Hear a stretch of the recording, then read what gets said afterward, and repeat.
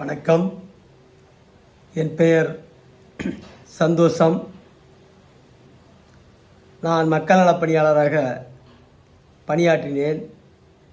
1989 கலைஞர் அவர்கள் ஆணையின்படி பணியேற்ற மக்கள் நலப் பணியாளர்களும் நானும் ஒருவன்.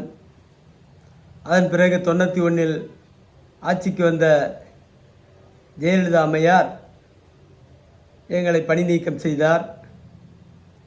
மீண்டும் 96 முதல்வர் பொறுப்பேற்ற கலைஞர் மீண்டும் 2வது தடவையாக பணி நியமனம் வழங்கினார். 2001 ஆட்சி பொறுப்பேற்ற ஜெயலலிதா 2வது தடவையாக பணி நீக்கம் செய்தார். 2006 முதல்வர் பொறுப்பேற்ற கலைஞர் அவர்கள் 3வது தடவையாக பணி நியமனம் செய்ததோடு சிறப்பு காலமுறை ஊதியம் வழங்கி பணி நிரந்தரமும் செய்தார். 2011 ஆட்சி பொறுப்பேற்ற ஜெயலலிதா நிரந்தர பணியையும் டிஸ்மிஸ் செய்தார். இப்படிப்பட்ட சூழலில் 2021 பொறுப்பேற்ற திரு ஸ்டாலின் அவர்கள் மீண்டும் பணி நியமனத்திற்கு உத்தரவிட்டார். அதன் அடிப்படையில் ஜூலை 1ஆம் தேதி பணியில் சேரும்படி முதல் நாள் எமக்கு அழைப்பு சொன்னார்கள். அதன்படி நானும் எனது சக மக்கள் நலப் பணியாளர் நண்பர் ஒருவரோடு சேர்ந்து ஊராட்சி தலைவரை சேர்ந்து சந்தித்து பணியில் சேர்ந்தேன். இதில் பணியில் சேர்ந்ததற்கோ பணியில் சேருவதற்கு முன்போ எந்த அழைப்பாணையும் உத்தரவும் வழங்கப்படவில்லை. எந்த ஆதாரமும் பணியில் சேர்ந்ததற்கான ஆதாரமும் வழங்கப்படவில்லை. இது தமிழ்நாடு முழுவதும் உள்ள சூழல். பணியில் சேர்ந்ததற்கு பிறகு நான் பணியில் சேர்ந்ததற்கான கடிதத்தை சம்பந்தப்பட்ட ஊராட்சி தலைவர் வட்டார வளர்ச்சி அலுவலருக்கு வழங்க வேண்டும். அவர் அவ்வாறு வழங்கவில்லை, தாமதித்து கொண்டே இருந்தார். அதனால் கொஞ்சம் யோசித்த நான் சம்பந்தப்பட்ட அந்த ஊராட்சிக்கு 100 நாள் வேலை திட்டத்தில் எவ்வளவு தொகை ஒதுக்கப்படுகிறது, ஒன்றியத்திற்கு எவ்வளவு தொகை ஒதுக்கப்படுகிறது ஆண்டுக்கு என்கிற கேள்விகளை தகவல் அறியும் உரிமை சட்டத்தில் கேட்டேன். அவர்கள் ஒன்றியத்துக்கு ஒதுக்கிய தொகையை மட்டும் சொன்னார்கள், ஊராட்சிக்கு ஒதுக்கிய தொகையை சொல்லவில்லை. ஆனாலும் கூட நான் இந்த கேள்வியை கேட்டதாலேயே அவர்கள் கொஞ்சம் கோபமடைந்து அதன் பிறகு நாட்கள் ஓடிக்கொண்டே இருந்தது. சம்பளம் தர மறுத்து விட்டார்கள். என் சார்பாக எனது சக மக்கள் பணியாளர்கள் பலரும் பேசியும் ஒன்றும் நடக்கவில்லை. கடைசியில் மன்னிப்பு கடிதம் எழுதி கொடுத்தால் சம்பளம் தருவதாக சொன்னார்கள். மன்னிப்பு கடிதம் எழுதி கொடுத்தெல்லாம் இந்த திருட்டு நாய்களிடம் சம்பளம் பெற வேண்டிய அவசியமில்லை என்று முடிவெடுத்து மறுத்துவிட்டேன். அதன் பிறகு ஸ்டாலின் வீட்டிற்கு சென்று ஊதியம் வழங்க ஆவணம் செய்யும்படி கேட்டுக்கொள்கிறேன் என எழுதி புகார் மனு கொடுத்தேன். ஸ்டாலினுக்கு மட்டுமல்ல, முதல்வரின் ஸ்டாலின் இல்லத்தில் மட்டுமல்ல, முதல்வரின் தனிப்பிரிவு, தலைமை செயலாளராக இருந்த இறையன்பு, ஆர்டிபிஆர், மாவட்ட ஆட்சியர் அலுவலகம், வட்டார வளர்ச்சி அலுவலகம், ஆளுநர் மாளிகை, பிரதமர் செல்லுக்கும் அனுப்பியிருந்தேன். அந்த புகாரில் அந்த மனுவில் என்ன கொடுத்துருந்தேன்னா, ஒரு ஊராட்சி ஒன்றிய ஆணையர் கோடிக்கணக்கில் கிம்பளமாக பெறுகிறார், பெரும் கோடிகளை சம்பாதிக்கக்கூடிய ஒருவர் வெறும் 7500 ரூபாய் தானே, அது கொடுக்கக்கூடாதா என்று கேட்டிருந்தேன். அதில் அவர் கோபமாகி நான் வேலையிலேயே சேரவில்லை என்று சொல்லிவிட்டார்கள்.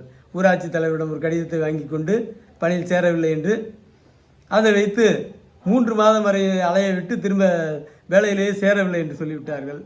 அதிலிருந்து தொடர்ந்து நானும் ஒவ்வொரு அலுவலகமாக நேராகவும் தபால் மூலமும் மனுக்களை வழங்கி எனக்கு ஊதியம் வழங்க, வேலை வழங்க ஆவணம் செய்யும்படி, ஊதியம் வழங்க ஆவணம் செய்யும்படி கேட்டேன். அதற்காக பல தகவல்களை, ஆதாரங்களை அடுக்கினேன், நான் பணியில் சேர்ந்ததற்கான ஆதாரங்களை. ஆனாலும் முதல்வரின் தனிப்பிரிவு சிஎம் செல் எனக்கு தந்த ஒரே பதில், நீங்கள் பணியில் சேரவில்லை, ஆகவே உங்களுக்கு சம்பளம் மறுக்கப்படுகிறது என்கிற அந்த வட்டார வளர்ச்சி அலுவலகத்தின் பொய் செய்தியையே எனக்கு தொடர்ந்து சொன்னார்கள். இது மட்டுமல்ல, வேறு கேள்வி கேட்டாலும் பதில் அதுதான் வரும். இந்த ரஜினிகாந்த் சொன்னது போல் சிஸ்டம் கெட்டு விட்டது, சிஸ்டத்தில் ஏற்றி விட்டார்கள். நான் கேள்வி வேறு ஏதாவது கேட்டாலும் அதற்கும் பதில் இதை தான் அனுப்பினார்கள்.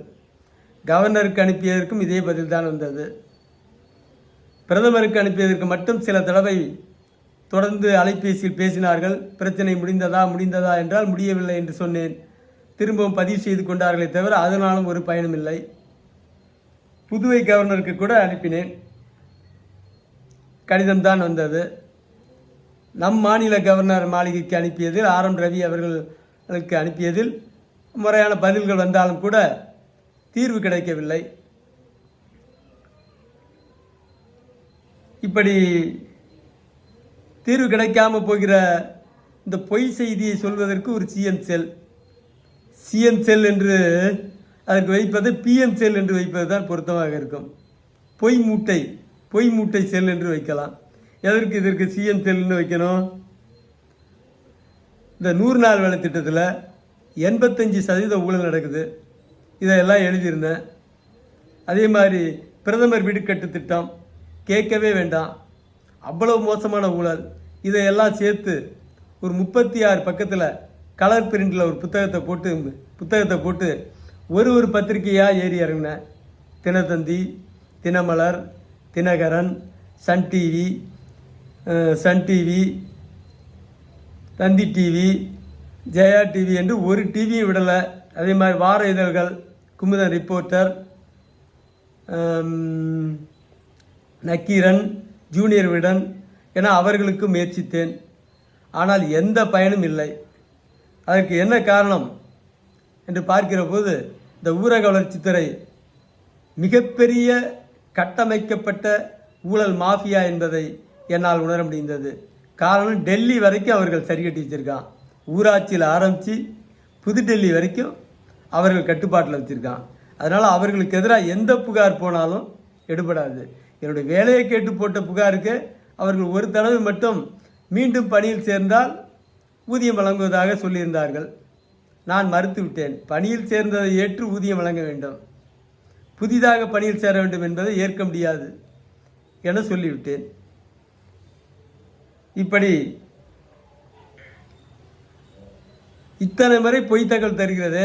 முதல்வர் என்ன செய்து கொண்டிருக்கிறார்?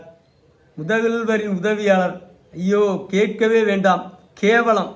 கலைஞர் ஒரு மிகச்சிறந்த நிர்வாகியாக இருந்ததற்கு அவருடைய உதவியாளர்கள் காரணம். ஆனால் அதற்கு நேர்மாறாக இன்றைக்கு ஸ்டாலின் இருந்து கொண்டிருக்கிறார்.